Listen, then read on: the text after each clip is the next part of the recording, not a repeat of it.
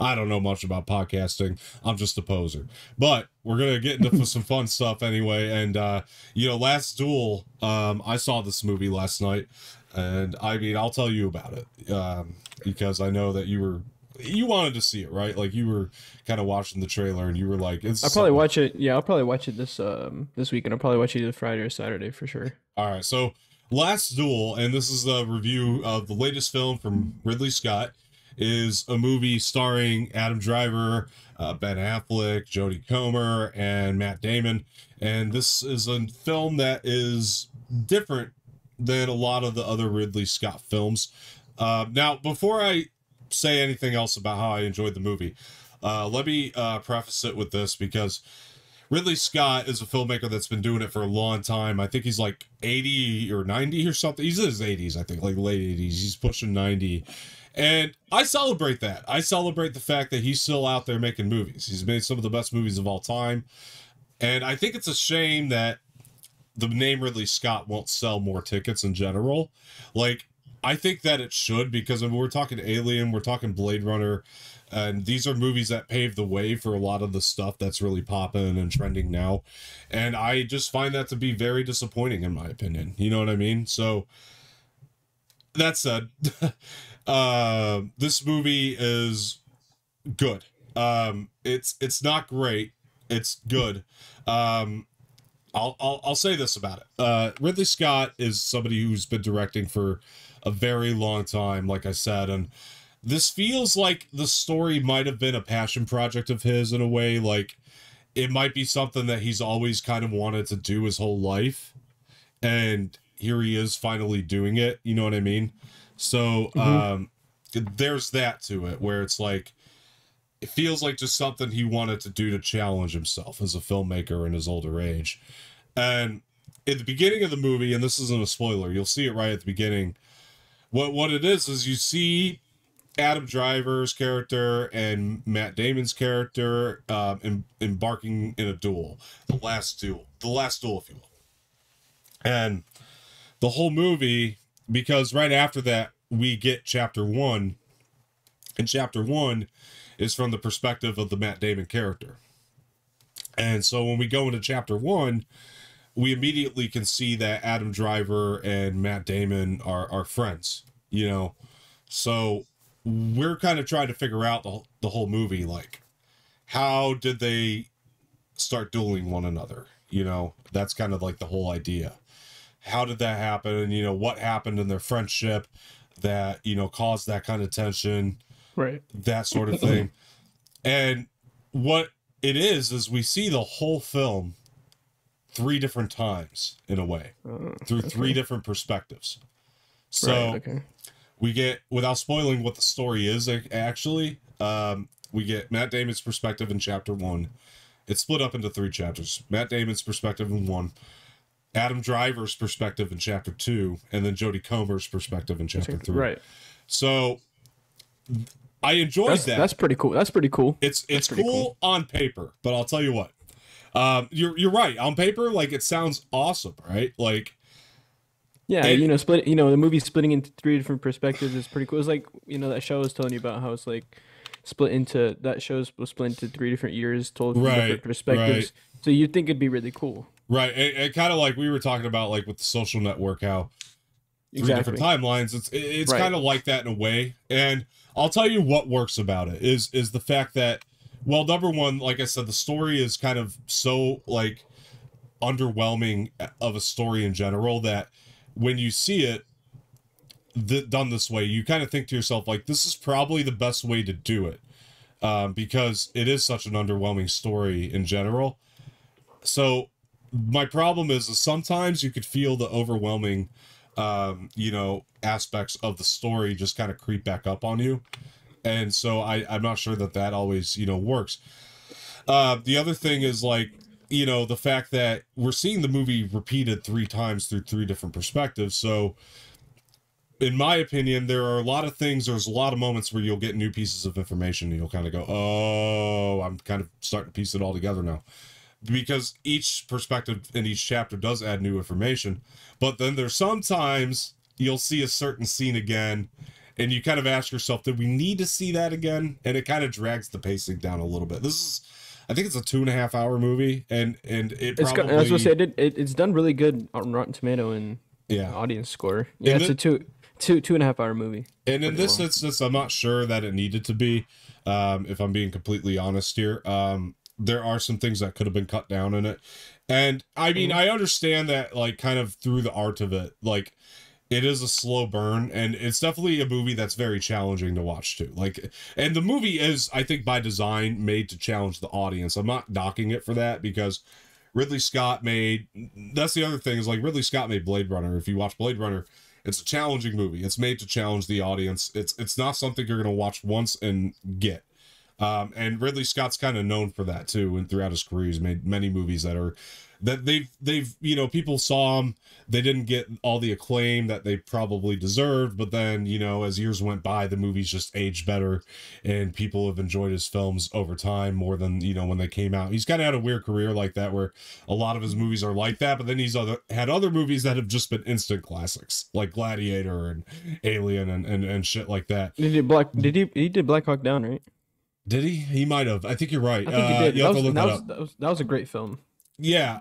Yeah. If he did, that's another good example of it. And the other good example is like Martian, right? Like, that was an instant classic. Oh yeah, that made Matt Damon movies really good. Yeah. Yeah. So Ridley Scott's career has been kind of like that, where, you know, some movies are instant classics, other movies are. Yeah, he directed Black Hawk Down. Okay. Yeah, there you go. And there was another instant hit, but, you know, so he's had movies like that are instant hits, and then other movies that have had to be sort of reappraised throughout the years, even though they had like a bad first impression. But unfortunately, I think my duty here today is to give you guys my first impression of this movie, not how I'm going to feel about it in 10, 20 years from now. So first impressions is that this is a really good movie. It's just not a great movie.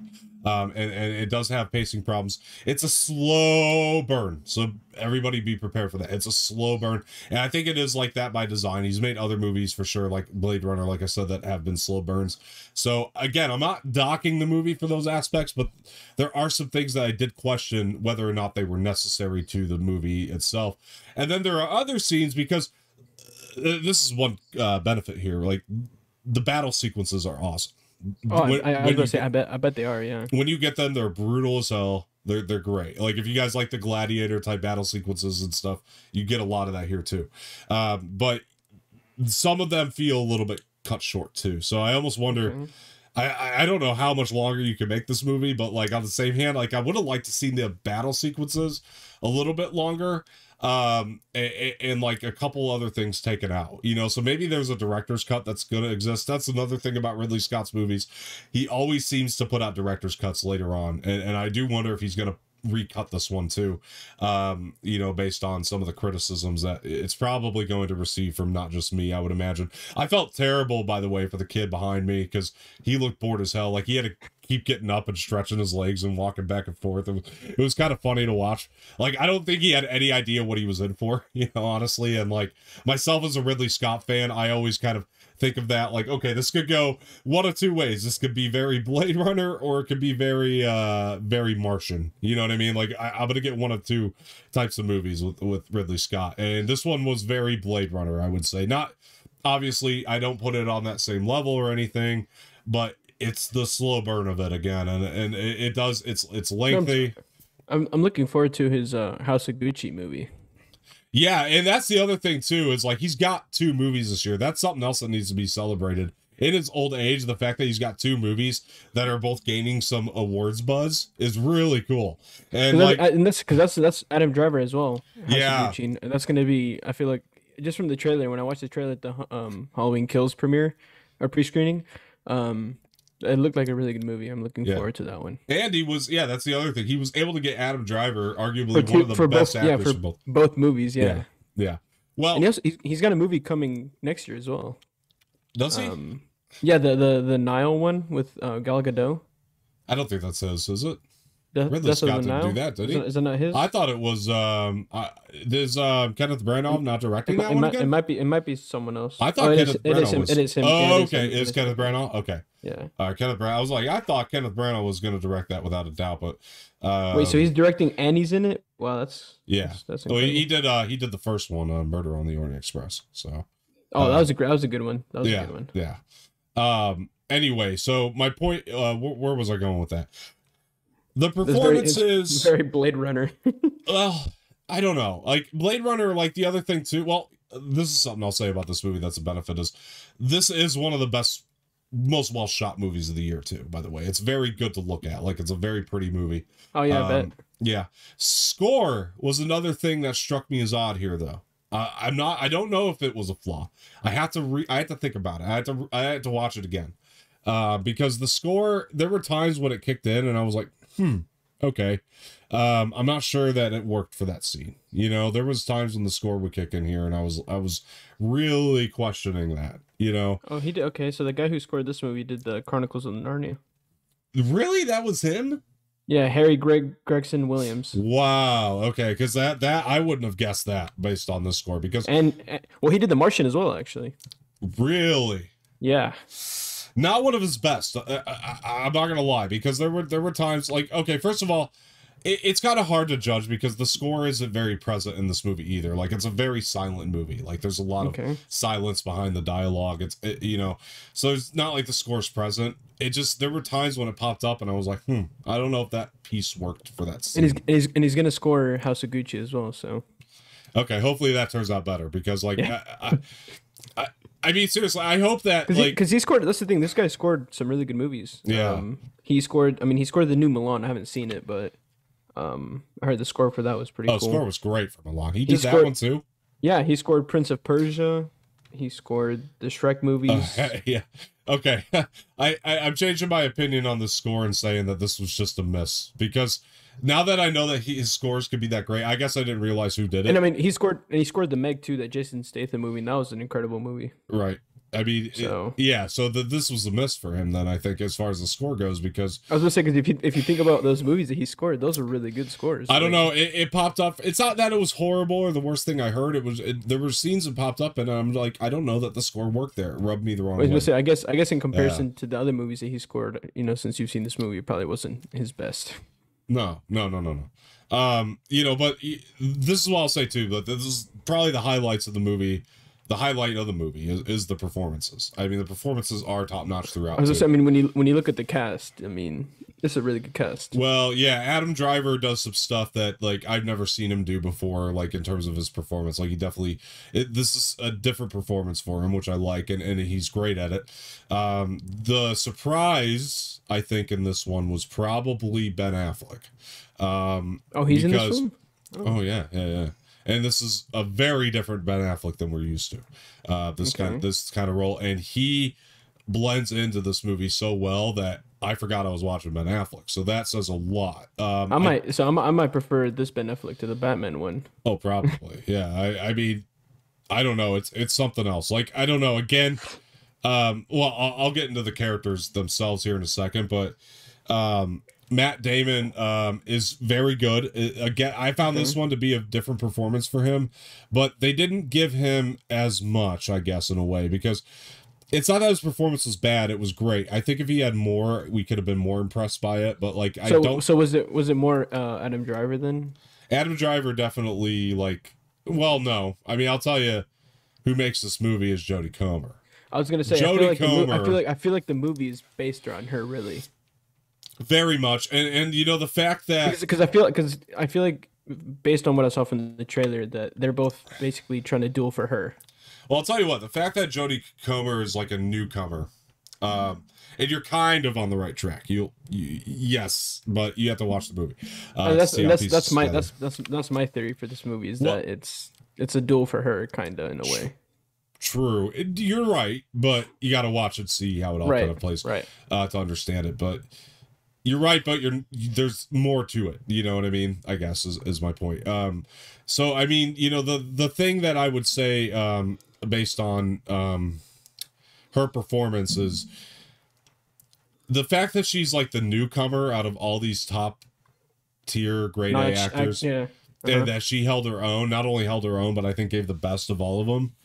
It says a lot about her, and I won't be surprised if she does get nominated for this, because she really, when you follow her character, I think it's my favorite moments in the movie is following her character, watching what she does.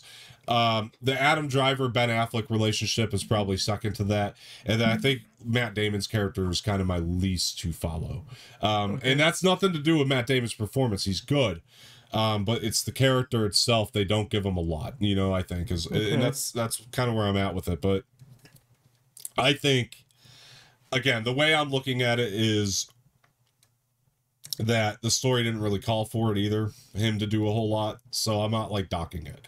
And the other thing about this that really, really freaking works is the fact that it is something that you piece together by the end of it, and it is something that kind of culminates into one really cool thing. And like, I won't get into that too much, but it does culminate into one really big, very cool thing. Set design in this movie is astounding too. I mean, like, you could look at the background at almost any moment and there's detail like beyond belief. Like, that's something else I want to throw out there too.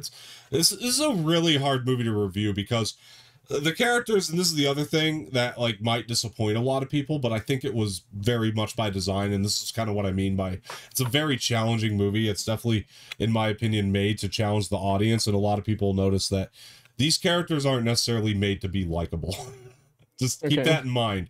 They're not made to be likable, and that might piss some people off because these are actors that typically play likable roles. You know what I mean? In most of the things that they do. So the fact that they didn't come off necessarily likable in this movie is something that I don't know that a lot of people are going to really take very well. But I do think it's by design to challenge the audience and to make them think. And it does, you will leave this movie thinking about it. Like, I'll say this, and I don't know if that's a benefit or a negative, but I have still been thinking about the movie since I left the theater. It's given me a lot to, you know, process. So, I'll say that much. I don't know if that's a good or a bad thing, but again, underwhelming story. I don't know that I guess the surprises that are in there, I don't know if the shock value was high enough to call this an amazing movie, but it is a very good movie, and like, it's well crafted for the most part. There's a couple little things that I thought were unnecessary, could have been taken out, and then there's a couple areas that I thought could have been extended a little bit. So I mean, you know, if anybody out there seen this, you know, let us know in the comments for sure, and you know, tell us how what you thought of it.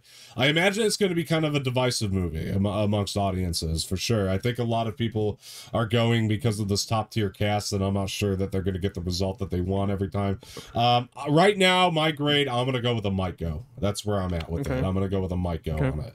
I don't think this is something, that was the other thing I was going to mention. I don't think this is something you have to go to the theater for right away and get out and see, but this might have worked better on streaming. I think more people would have watched it because, you know, the other thing about this is it did flop this weekend, you know, with the box office. I was gonna say, did not do well. I just read that it bombed in the box office, so